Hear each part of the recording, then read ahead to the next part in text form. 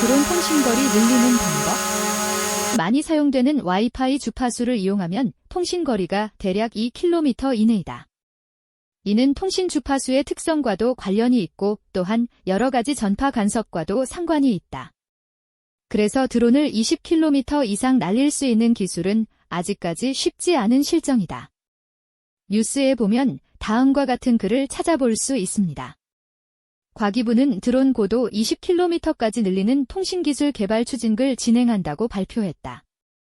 통신거리가 짧아 반경 1km까지만 비행이 가능하던 드론을 최대 20km까지 날게 하는 기술 개발이 시작된다.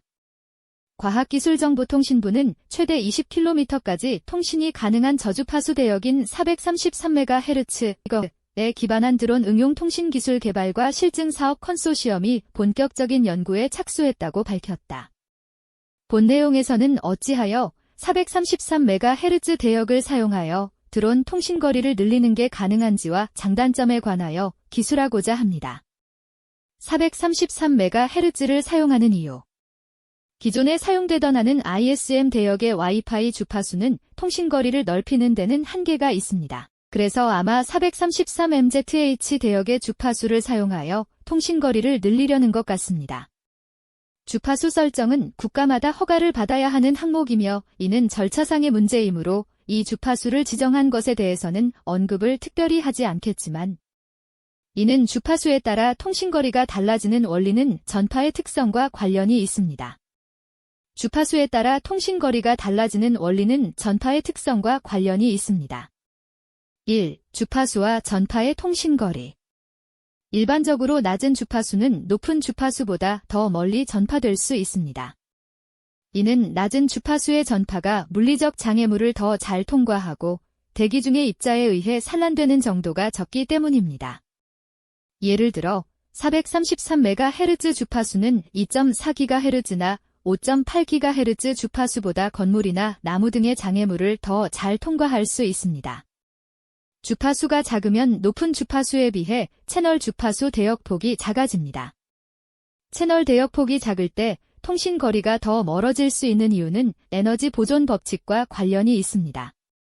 주파수 대역폭이 작은 경우 같은 에너지를 더 적은 주파수 범위에 집중할 수 있기 때문에 신호의 강도가 상대적으로 강해집니다. 이는 신호가 더 멀리 전파될 수 있게 만들어줍니다. 반대로 주파수 대역폭이 넓으면 동일한 에너지가 더 넓은 주파수 범위에 분산되므로 각 주파수에서의 신호 강도는 약해집니다. 또한 주파수 대역폭이 작은 경우에는 노이즈와 간섭에 대한 영향이 줄어들게 됩니다. 주파수 범위가 좁다는 것은 그만큼 노이즈와 간섭이 발생할 가능성이 있는 주파수 범위가 줄어든다는 것을 의미합니다. 이 역시 신호가 더 멀리 전파될 수 있게 도와줍니다. 그러나 주파수 대역폭이 너무 작아지면 한 번에 전송할 수 있는 데이터의 양이 줄어들어 데이터 전송률이 감소하는 단점이 있습니다. 따라서 주파수 대역폭과 통신거리, 데이터 전송률 사이에는 적절한 균형이 필요합니다. 2. 주파수와 전파의 에너지. 주파수가 높을수록 전파의 에너지가 높아집니다. 이는 높은 주파수의 전파가 데이터를 더 빠르게 전송할 수 있음을 의미하지만 에너지 소모가 더 많아지므로 통신거리가 줄어듭니다. 따라서 낮은 주파수를 사용하면 더 멀리까지 신호를 전송할 수 있지만 데이터 전송 속도는 느려질 수 있습니다. 반대로 높은 주파수를 사용하면 데이터 전송 속도는 빨라지지만 통신거리는 줄어들 수 있습니다. 이러한 특성 때문에 각 주파수 대역은 그에 적합한 용도로 사용됩니다. 예를 들어 433MHz는 장거리 통신을 위해 2.4GHz나 5.8GHz는 고속 데이터 전송을 위해 주로 사용됩니다. 우선 433MHz 주파수 대역은 LPWAN, Low Power Wide Area Network, in LoRa, Long Range, 통신에 널리 사용되는 주파수입니다. 이 주파수 대역은 전력 소모가 적고 광범위한 범위를 커버할 수 있다는 장점이 있습니다. 따라서 이는 드론의 배터리 수명을 연장하는 데 도움이 될 수 있습니다. 다음으로 5G는 높은 데이터 전송 속도와 낮은 지연 시간을 제공합니다. 이러한 특성은 실시간으로 고해상도 비디오를 스트리밍하거나 복잡한 명령을 신속하게 전달하는 것과 같은 드론의 고급 기능에 이상적일 수 있습니다. 이 두 기술 드론 통신 시스템을 구축할 수 있을 것입니다. RSSI 확인하기. 수를 결합하면 낮은 전력으로 넓은 범위를 커버하면서도 높은 데이터 전송 속도를 제공하는 하지만 이러한 시스템을 개발하고 구현하는 것은 복잡하고 어려울 수 있습니다. 특히 두 통신 기술 간의 간섭 문제, 전력 관리, 안정된 연결 유지 등에 대한 고려 사항이 있을 것입니다. 3. 통신거리와 관련하여 무선 통신장치가 수신하는 RSSI, Received Signal Strength Indicator의 값을 잘 확인해야 합니다.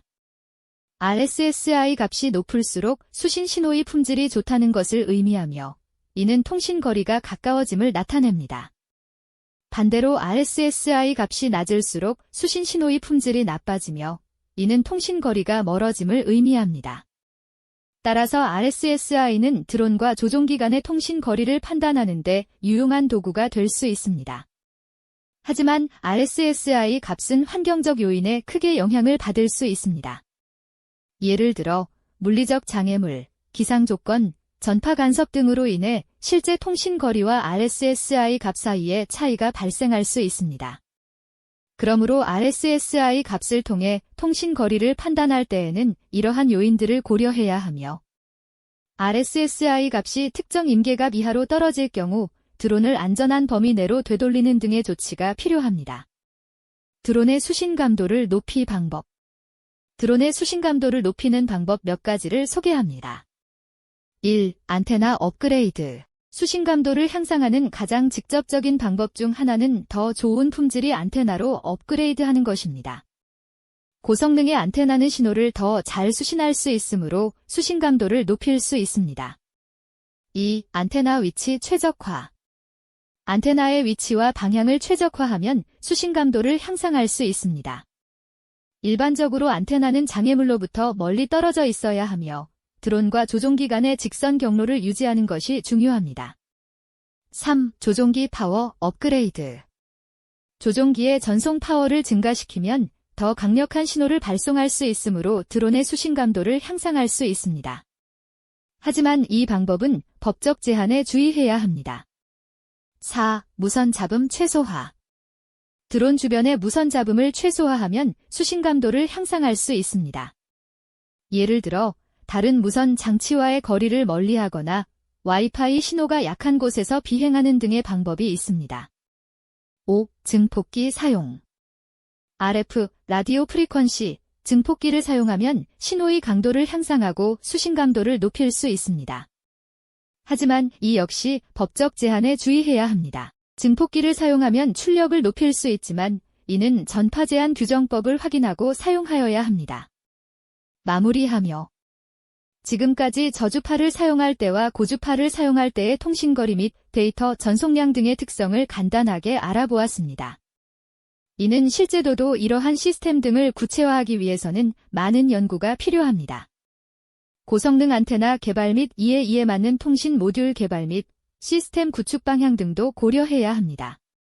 이러한 방법들은 모두 수신 감도를 높이는 데 도움이 될 수 있지만 각각의 효과는 드론의 종류, 사용 환경, 통신 기술 등 다양한 요인에 따라 달라질 수 있습니다.